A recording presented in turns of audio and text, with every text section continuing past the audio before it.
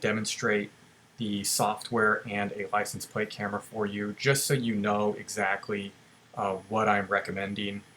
The camera that I'm showing you right here is the old version of the camera. It's a 4 megapixel version, and the camera that I added in the proposal was for 5 megapixel. You'll notice the camera is black and white. The reason we do that is when a vehicle comes at a camera, there's a lot of light coming at the camera, and we're able to adjust the shutter speed and make it so the camera disregards basically the headlights, and we can actually just see the license plate. You can see along the timeline here on the bottom that there are a couple of months of video storage. So if you know something happened but you're not sure exactly when it happened, you can spend hours and hours and hours searching through video footage on traditional camera systems, and that's just not ideal. And so what we've done is make it a little bit easier. So if we select the guy up here, it's called Smart Search. I already have a line drawn, but I'll just draw another line just for fun. And what we're going to find is every time something moved across that red line right there. You'll notice there's red lines all along the timeline on the bottom, and you'll also notice that there are some snapshots on the right-hand side. So when reviewing video footage, it's always a little hard when you only have one camera to look at. And so what we've also done here is we've made it possible to divide up the camera screens so that we can make sure that we are able to see everything that we need to see. And so what I typically like to do is take a couple of different angles depending on where the car is going to be driving, because again, this isn't precise exact science. We may capture a license plate in one area of the camera at one time of day and another area of the camera at another time of day.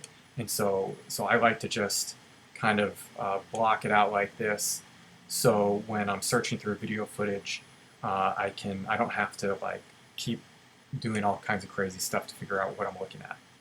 And so in this case, we've got this Kia here, and we've got the license plate right there.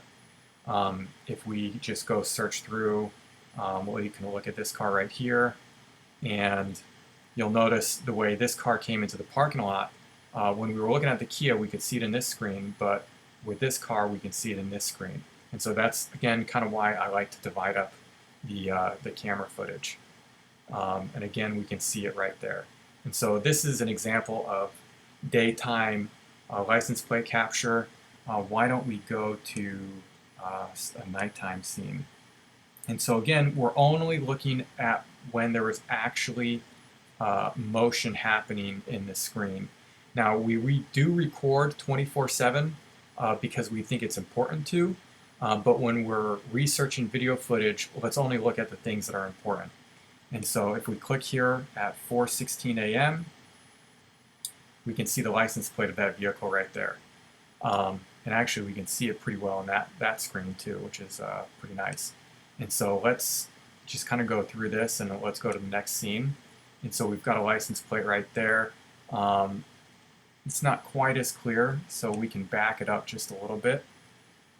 And let's back it up again. Okay, so there we go. We backed it up, and now we can see the license plate much better. Again, this is why it's really important to be able to divide the screens up. Again, this is the original screen right here. You can see that it would be pretty hard to make out, but when we zoom in and have the screen over here, we're able to see it much more clearly. And we may even be able to back it up a little more and see it somewhere else. It looks like we have a bicycle rider right there. So that's kind of a demonstration of the camera system and how it works. Like I said, and I think I demonstrated, it is pretty easy software to use. If you need to download a clip, it's very, very simple. And let's say this is the license plate we need to track. You can either hit this button right here and it'll take a screenshot of it, or we can zoom in on the timeline And because the red mark is right there, we know that's where the vehicle was. We can highlight it, right click, and hit export video, and we can export the video right there and name it, and it'll export it right to our desktop. And that's it. I mean, if you guys have any questions, just let me know.